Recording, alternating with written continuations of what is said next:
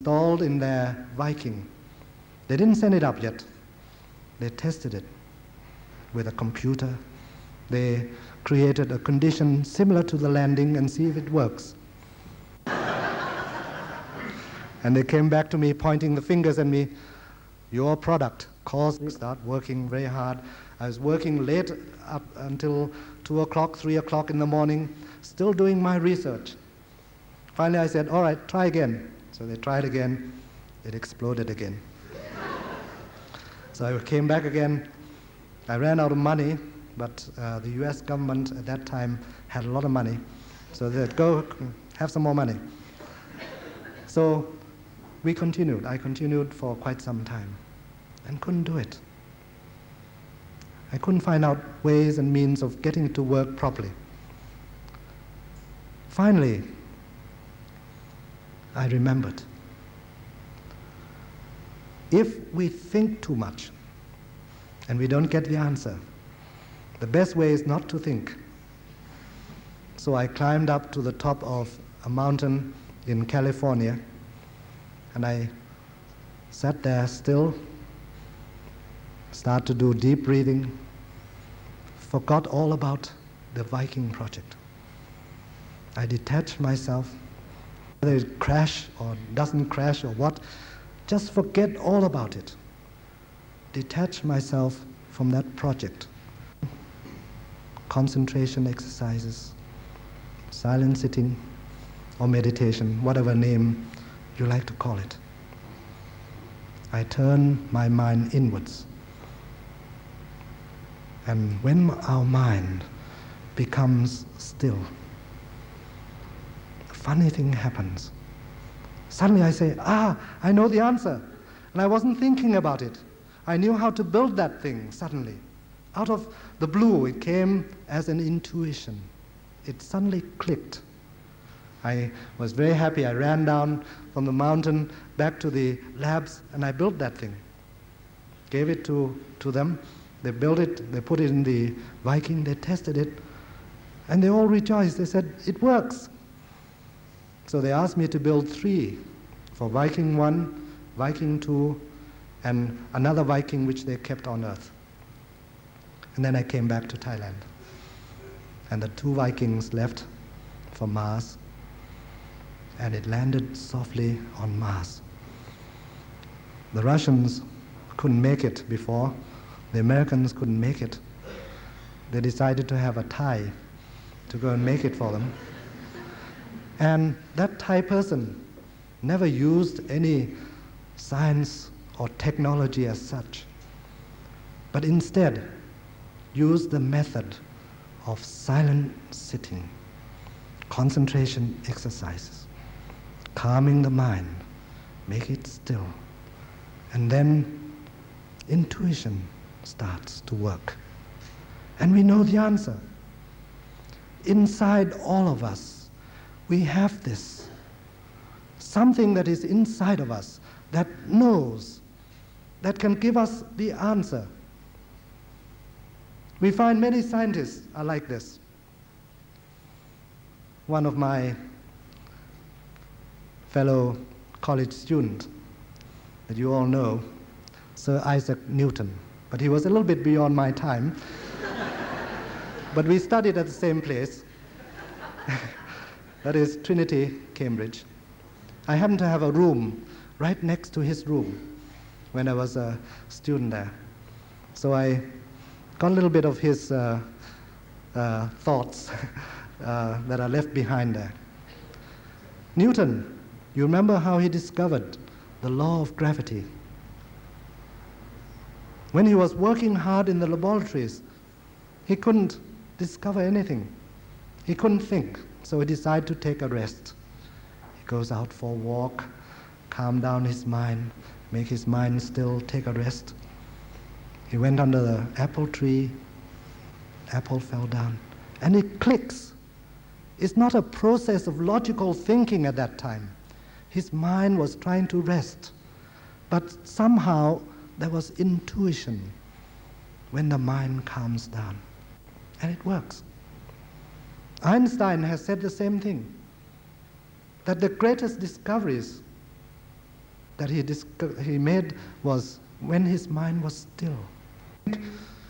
Very often we do not discover anything that is really important. If we want to discover something that is really important, we must learn to control our mind, turn inwards.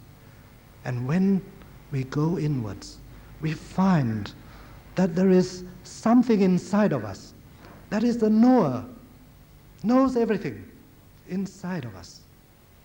And we can use that faculty. By knowing this thing, we know everything. By finding this thing, we find peace, true peace. So what is this thing? Certainly, it cannot be our body. But there's something more than just our body. Very often in EHV classes that we have in Thailand, and I'm sure in your classes too, you probably ask the children to give you that answer. We ask them, please raise your right hand. So he raised the right hand. Whose hand is that? He'll answer immediately, my hand. Eyes, my eyes. Whose nose? My nose. My clothes. My shirt. Are you the shirt? And they said, no, they are not the shirt. They own the shirt. They use the shirt. So they've given you an answer. This is their body. It's like their shirt. But they are not the shirt. They own the shirt. They use the shirt.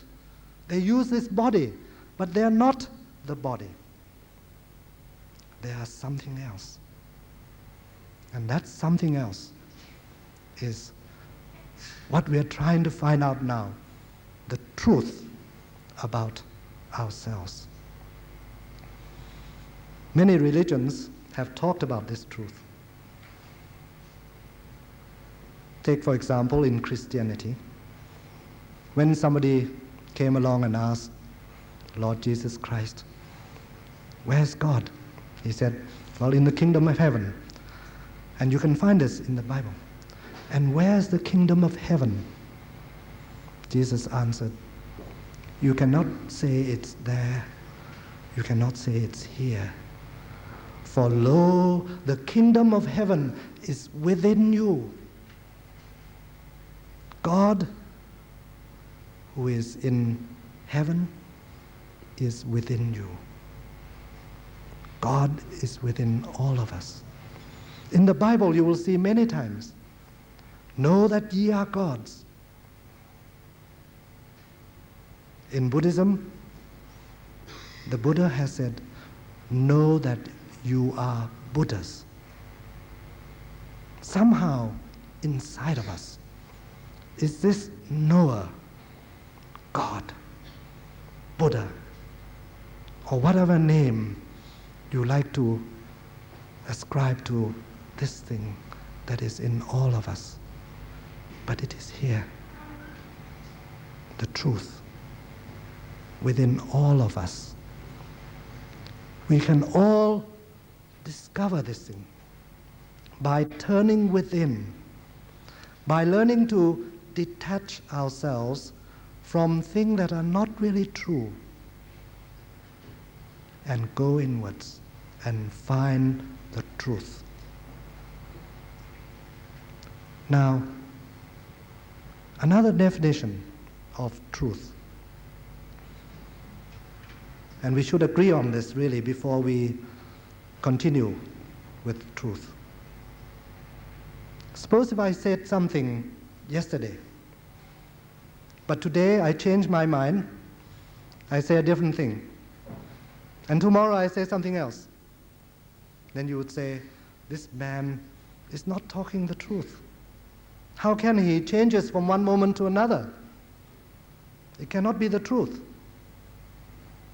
So, when we talk about truth, if something is true now, it has to be true yesterday, and it has to be true tomorrow.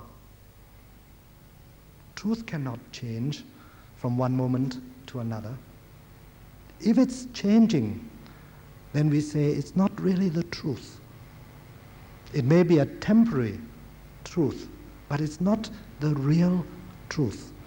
Truth cannot change. So we must learn to separate what is changing and what is not changing. Man tries all the time to get hold of things that are changing. And that is the cause of his unhappiness. If we try to get hold of something that is not permanent, it changes, then we're disappointed. So we have to learn to discriminate. What is the truth that will not change? That will never change. We cannot get hold of things that changes. Well, our universe, we know that's changing all the time. We talked about electromagnetic energy. But in fact, there are many other types of energy. Just pure magnetic energy, electrical energy, sound waves, we have gravitational energy, all types of energy. And also there's other more subtle energy, like energy of the mind energy, mental waves, and so on. We'll talk a little bit more about that later. But if we look at the whole universe with all these types of energies, then we find that actually the universe is like an ocean of energies that changes all the time. There's nothing permanent, there's nothing still. Everything is in motion, everything is in a state of change. And yet, man tries to grasp, get hold of things that changes. And that is why we're always in a state of confusion. We cannot get hold of it. Not too long ago, I attended a seminar conference at UCLA, University of California in Los Angeles. And many professors have agreed that man is like an ocean, and we appear as waves on top of that ocean. And we think we are the waves. And that wave seems to be different from other waves. Some have a sharp crest, some have a round crest, some are fat, some are small, some are tall, some are little. They all seem to be different. But yet, the professors agreed that underneath the wave, we are ocean. And this ocean is all one, the same. It's all connected. If we delve deep within ourselves, we get to that truth that we are the ocean, that we are part of the one, the same ocean. We are not different. That is why when we go inside ourselves, into the ocean, we have the ocean of knowledge. We can tap into any mind. We can tap to any type of knowledge. We become a knower by being part of that ocean. If we understand this truth, that we are part of one life, sisters, we are not really separated from each other. We are the nearest kith and kin. And if one cell in that body tries to hurt another cell within the same body, what happens? Look at those cancerous cells. They try to destroy, they try to harm other good cells in the same body. And the result